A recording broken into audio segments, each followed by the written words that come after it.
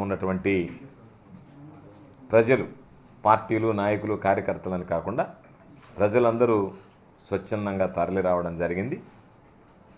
నిన్న బాపట్ల, పల్నాడు, గుంటూరు, నెల్లూరు, తిరుపతి జిల్లాలకు సంబంధించి నూతనంగా ఏర్పడినటువంటి జిల్లాలకు సంబంధించి జరిగినటువంటి సిద్ధం మహాసభకి లక్షలాది మంది పాల్గొని జయప్రదం చేయడం జరిగింది. నెల్లూరు జిల్లాకు సంబంధించి పెద్ద సంఖ్యలో పాల్గొన్నటువంటి ప్రతి ఒక్కరికి ముందుగా నా హృదయపూర్వకమైనటువంటి కృతజ్ఞతలు తెలియజేస్తున్నాను. అయితే దాదాపుగా 2006 నుంచి ప్రత్యక్ష రాజకీయాల్లో ఉన్నాం. మా కుటుంబం సుదీర్ఘంగా దాదాపు 60 సంవత్సరాల నుంచి మా కుటుంబం రాజకీయాల్లో ఉంది. అయితే ఎప్పుడన్నా ఏదన్నా ఒక సభకి జనాన్ని తరలించాలి అంటే బస్సులు పెట్టి బ్రతిమాలి మీరు రండి బాబు అని చెప్పని వాళ్ళని తరలించాల్సినటువంటి పరిస్థితి ఉండేది. నేను అనేక సమావేశాలు చూశాను. జాతీయ స్థాయిలో వచ్చినటువంటి నాయకులు నెల్లూరు వచ్చినప్పుడు చూసాం, ముఖ్యమంత్రులు లేదా వివిధ అధికారులు చాలామంది వచ్చినప్పుడు చూసాం, వివిధ అధికార హోదాలో ఉండేటువంటి వాళ్ళు చాలామంది వచ్చినప్పుడు చూసాం. అయితే దాదాపుగా ఈరోజు మేదరమెట్ల అంటే నెల్లూరు జిల్లాకు సంబంధించి చాలా దూరం, 200 కిలోమీటర్లు దాదాపుగా కొన్ని నియోజకవర్గాలకు, తిరుపతి నియోజకవర్గానికి అయితే 300 పైచిలుకు కిలోమీటర్లు ఉండేటువంటి పరిస్థితి. ముందుగా అన్ని గ్రామాల్లో చెప్పాం, మహిళలు ఇబ్బంది పడతారు, మీరు రాలేరు, తట్టుకోలేరు అని చెప్పి కేవలం పురుషులనే రమ్మని చెప్పాం, మగవాళ్ళనే రమ్మని చెప్పాం. అయితే ఎంత మేర వీలైతే అంత మేర రవాణా సౌకర్యాలు ఏర్పాటు చేస్తే, మాకు మీరు రవాణా సౌకర్యం ఏర్పాటు చేయలేదు జగన్మోహన్ రెడ్డి గారి సభకి తీసుకువెళ్ళడానికి అని చెప్పి మొట్టమొదటిసారిగా నా జీవితంలో అలకపోనడం అనేటువంటిది ప్రజలు చూడడం జరిగింది. ఇది ఎన్నడూ జరగలేదు. నాయకులు కానీ కార్యకర్తలు కానీ మనం ఇస్తాం దానికన్నా తక్కువ ఇస్తే ఆనందపడిపోయేవాళ్ళు. అబ్బా ఇంతమందిని తరలించాలని చెప్పి అనుకుంటున్నాం, ఇంకా తగ్గించి ఇచ్చారని చెప్పి మొట్టమొదటిసారి నా జీవితంలో ఇచ్చిన దానికన్నా మీరు ఇంకా మాకు ఎక్కువ ఇవ్వలేకపోయారని చెప్పి ఈరోజు ఉదయం కూడా పాపం కొంతమంది ఫోన్ చేసి బాధపడడం జరిగింది. మేము సిద్ధంగా ఉన్నాం, కొన్ని దగ్గరలో అయితే మీరు వెళ్ళలేరు, 200 కిలోమీటర్ల పైచీలకు కష్టం అని చెప్తే, లేదు మేము కింద కూర్చొని వెళ్తాము అని చెప్పి బస్సులో కొంతమంది యువకులు నిలబడి వెళ్ళారు, కొంతమంది కింద కూర్చొని వెళ్ళారు. ఇంత స్పందన అనేటువంటిది నేను ఎన్నడూ చూడలేదు. ఇది ప్రతి ఒక్కరికి తెలిసినటువంటి విషయం, ఈరోజు ప్రతి ఒక్కరు చర్చించుకునేటువంటి విషయం. గ్రామాలలో బస్సు వెళ్ళిన వెంటనే చెప్పినటువంటి వాళ్ళు కాకుండా చెప్పనటువంటి వాళ్ళకి కూర్చొని బస్సులు నిండిపోయాయి. ఈ చెప్పినటువంటి వాళ్ళు పాపం ఎక్కలేకపోయారు, నిలబడిపోయారు, ఆగిపోయారు, నిలిచిపోయారు. అందరికీ చెప్పాం, వేల సంఖ్యలో బస్సులు బయలుదేరుతున్నాయి, వేల సంఖ్యలో కారులు బయలుదేరుతున్నాయి, వేల సంఖ్యలో టెంపోలు లాంటి ప్రైవేటు వాహనాలు బయలుదేరుతున్నాయి.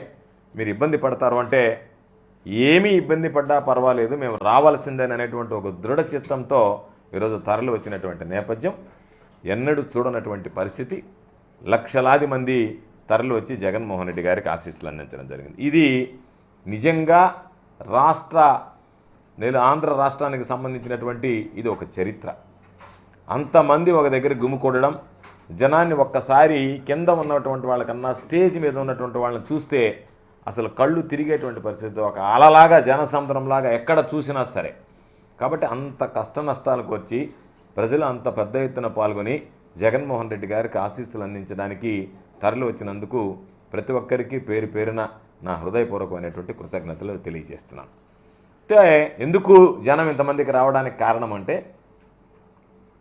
58 నెలలు జగన్మోహన్ రెడ్డి గారి ముఖ్యమంత్రిగా ప్రతి ఇంటికి సంక్షేమ ఫలాలను చేర్చగలిగాడు. కాబట్టి ప్రతి కుటుంబం ఈరోజు జగన్మోహన్ రెడ్డి గారి ద్వారా సంక్షేమ లబ్ధి మా ఇంటికి చేరింది అని చెప్పి గ్రహించారు. కాబట్టే ఆ ఇంట్లో ఉండేటువంటి వాళ్ళు తమ బాధ్యతగా జగన్మోహన్ రెడ్డి గారు ఏర్పాటు చేసినటువంటి సభకు వెళ్ళాలి, ఆయనకు మన ఆశీస్సులు అందించాలి, మనం మద్దతు పలకాలి, మనం అందరం రేపు జరిగేటువంటి ఎన్నికలకు మేమందరం సిద్ధంగా ఉన్నాం అనేటువంటిది ఆయనకి తెలియజెప్పాలనేటువంటి లక్ష్యంతో ఈరోజు రావడం జరిగింది.